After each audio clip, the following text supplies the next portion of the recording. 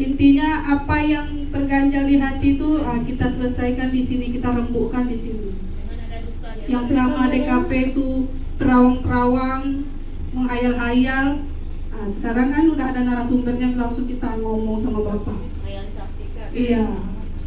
Jadi tak usah malu-malu untuk bertanya, karena kita semua di sini memang dari awalnya tidak tahu.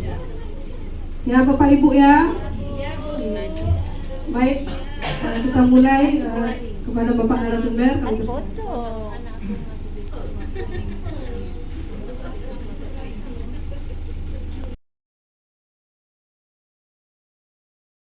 Perhatikan, ya. Tunjukkan anggota tubuh yang saya sebutkan. Hidung. Cepat ya, gerakannya cepat. Begitu saya sebut hidung langsung ya. Tidak ada lambat. Oke. Mata.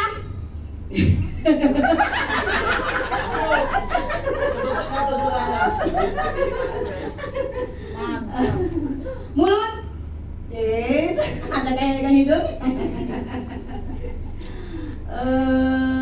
Kuping. Nah, dia lambat, dia bilang cepat gitu ya. Dia bilang kuping langsung gitu. Kalau udah delay udah bisa menyetel sendiri kan gitu kan. Sekali lagi harus cepat ya. Tangan. Ada kayak menunduk. Ada kayak menunduk. Masih bagus ya. Tingkat kefokusannya masih bagus. Sekali lagi. Sudah ngopi ya.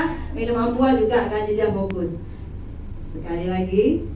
Perhatikan yang saya sebutkan, bukan yang saya tunjukkan. Gerakan harus cepat. Kepala. Sudah cukup Bapak Ibu. Berarti tingkat kefokusannya masih sangat bagus. Terima kasih. Assalamualaikum warahmatullahi wabarakatuh. Ini Pak, masalah ada 2 pertanyaan. Yang pertama,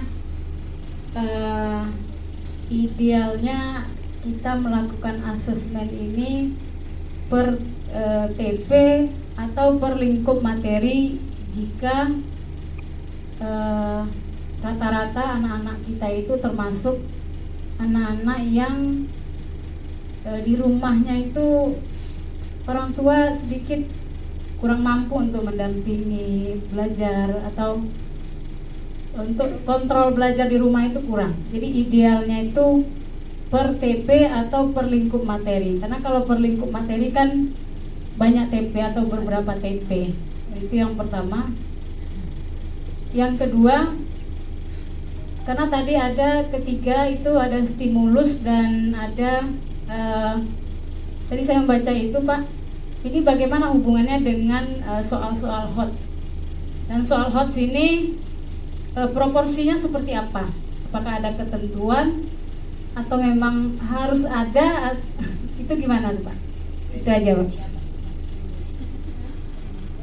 Baik, pertama apa saja yang asesmen per apa saja yang harus kita lakukan ya.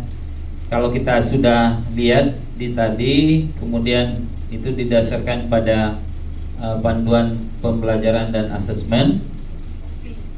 Pertama, nilai yang harus ada itu harus ada nilai per TP. Itu harus ada. Apakah nilai per TP tadi didapat dari tugas PR?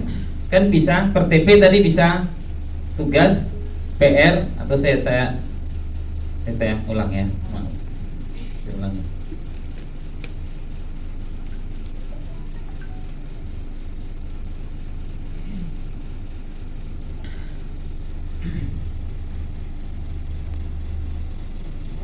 Ya.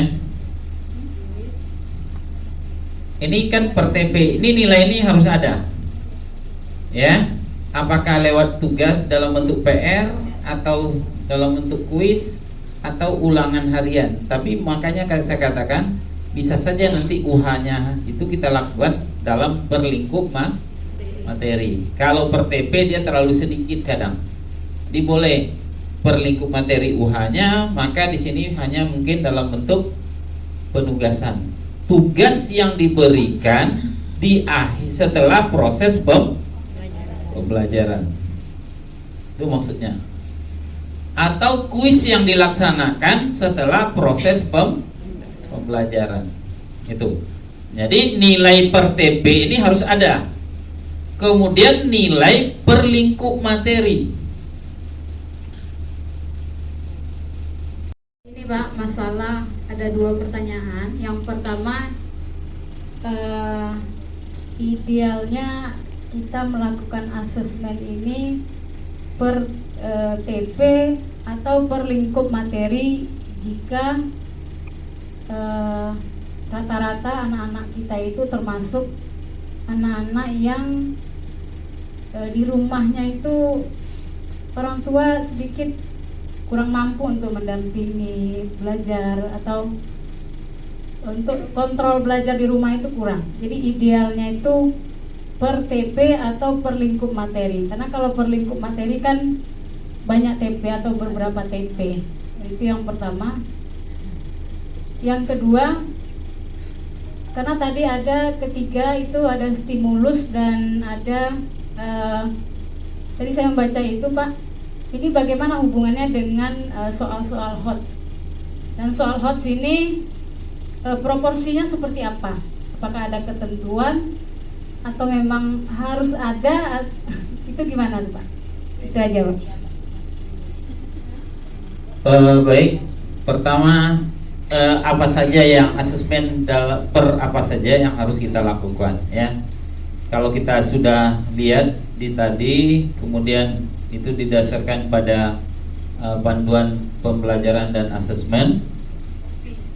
Pertama, nilai yang harus ada itu harus ada nilai per TP. Itu harus ada.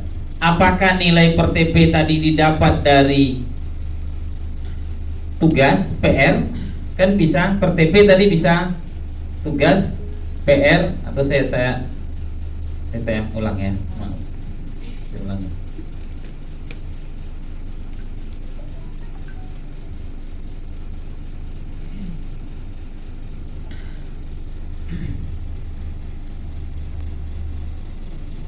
Ya. Ini kan per TP, ini nilai ini harus ada. Ya.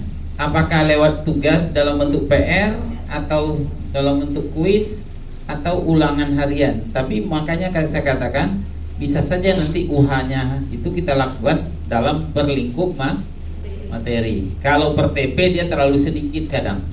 Jadi boleh per lingkup materi UH-nya, maka di sini hanya mungkin dalam bentuk penugasan. Tugas yang diberikan di akhir setelah proses pembelajaran. Itu maksudnya.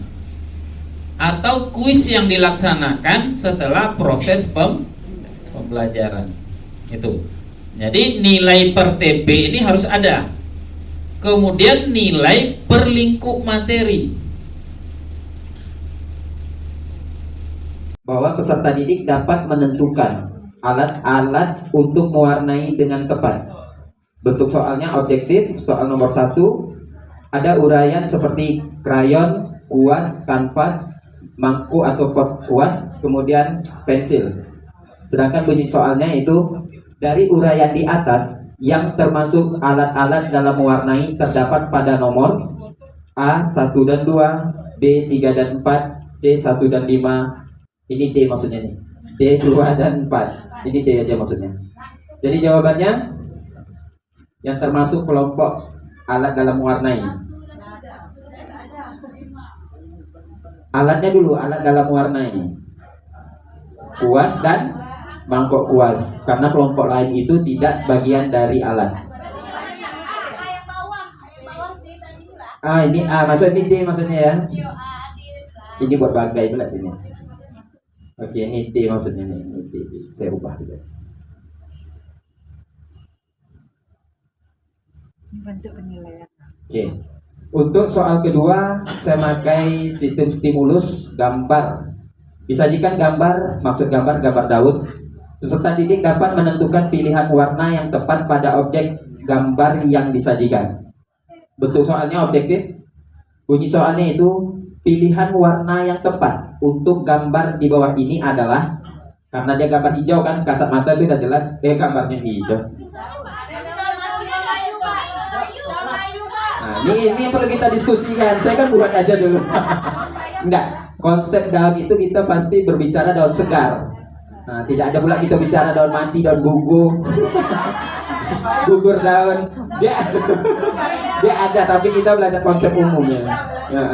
Kemudian daun yang saya tentukan di sini belum berwarna, seperti konsep umumnya bahwa daun adalah berwarna hitam. Balon bagus, Pak.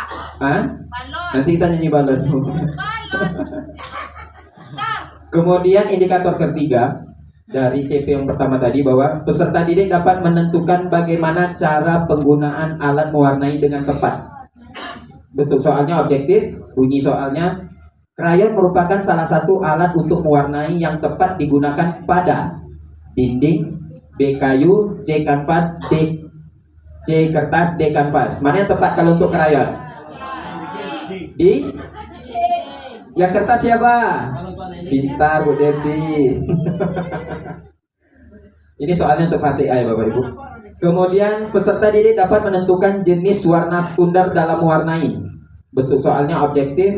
Ini soal nomor 4. Bunyi soalnya, berikut ini yang termasuk ke dalam jenis warna sekunder adalah A. Merah, kuning, dan biru. B. Kuning, hijau, dan ungu. C. Hitam, coklat, dan putih. D. Oranye, merah, dan hijau. Jawabannya?